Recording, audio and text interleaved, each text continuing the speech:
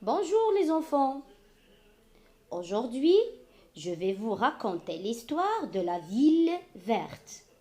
Prenez vos livres page 68 avec vos crayons et on commence. La ville verte. La famille fait le tour de cette ville écologique sur une calèche tirée par de grosses vaches. Ils sont tout émerveillés par la nature qui les entoure. Ils admirent les beaux paysages qui s'étalent devant leurs yeux. Les enfants ne cessent de pousser des cris de joie et d'admiration. Dit Samy, je comprends maintenant pourquoi on appelle cette ville la ville verte. Il n'y a pas de pollution et l'environnement est très sain. Maintenant, je vais répéter l'histoire avec l'explication. S'il vous plaît, écoutez bien. La ville verte, c'est le titre de cette histoire. La famille fait le tour de cette ville écologique sur une calèche tirée par de grosses vaches. Ça veut dire, les enfants, Fatil et Samy, avec leurs parents, font une promenade en calèche dans cette ville. Écologique. Le mot écologique, c'est-à-dire une ville qui respecte la nature. Par exemple, dans cette ville, il n'y a pas de voiture, pas de pollution. Le seul moyen de transport sont des calèches tirées par des vaches. Ils sont tous émerveillés par la nature qui les entoure.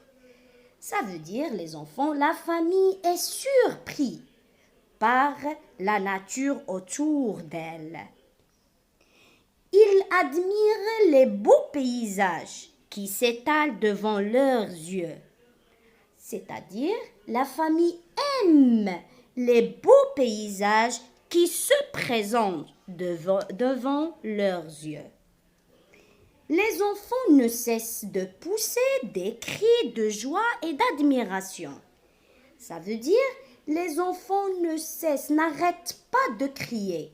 Ils sont très heureux de voir la nature charmante.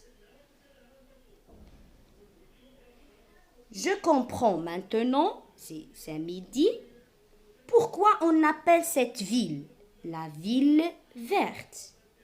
Il n'y a pas de pollution et l'environnement est très sain. Le mot l'environnement, ça veut dire c'est tout ce qui nous entoure est très sain. Est très sain, c'est-à-dire il n'y a pas de pollution, l'air est fraîche, la nature est verte. Pourquoi? Parce que les gens de cette ville protègent la nature. Est-ce que les enfants, vous avez compris maintenant cette histoire? Alors, en printemps, toujours la nature est belle. Vous, les enfants, vous avez un grand rôle à jouer. Savez-vous ce que vous pouvez faire pour garder la nature belle? Alors, je vais vous montrer ce qu'il faut faire. Écoutez bien.